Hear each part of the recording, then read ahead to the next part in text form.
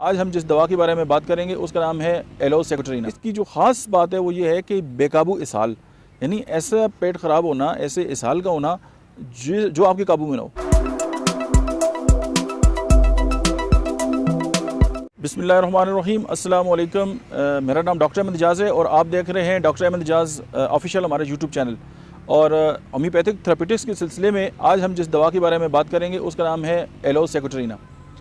और इसका जो इफ़ेक्ट है वो ये है कि effects the elementary canal from the pharynx to anus. और उसके अलावा अगर आप इसके जो इफ़ेक्ट नहीं है the small intestine but involving the liver, ये पूरी एक ही अगर आप फ़िक्रे में एलोज को समझना चाहें तो ये काफ़ी है।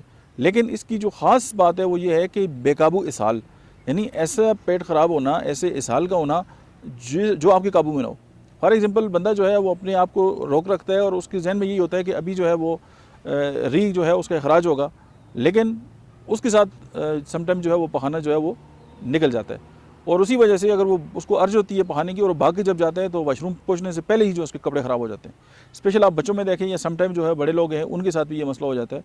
अगर वो एक शर्मिंदगी का एहसास होता है और वो अपने आप को जो है वो बड़ा बेबस महसूस करते हैं, तो जो एलोज़ है वो उनकी जो ये मसला है इससे उनको जो है वो छुटकारा दिला सकती है। और क्योंकि पेट में गड़गड़ाहट अच्छा, इसकी में जैसे किसी ने पानी की बोतल जो है खोल दी है, यानी जब पखाना आता है तो जैसे नल खोल दिया किसी ने, इतने ज़्यादा जो है वो अखराज होता है। और फिर इसमें जो हेमोराइड की बहुत बड़ी दवाई है। बवासीर के मसले ऐसे होते हैं जैसे अंगूर के जो गुच्छे हैं, यानी haemorrhoids like a bunch of grapes. और हर तकलीफ़ जो है वो खाने के बाद ज़्यादा होती है।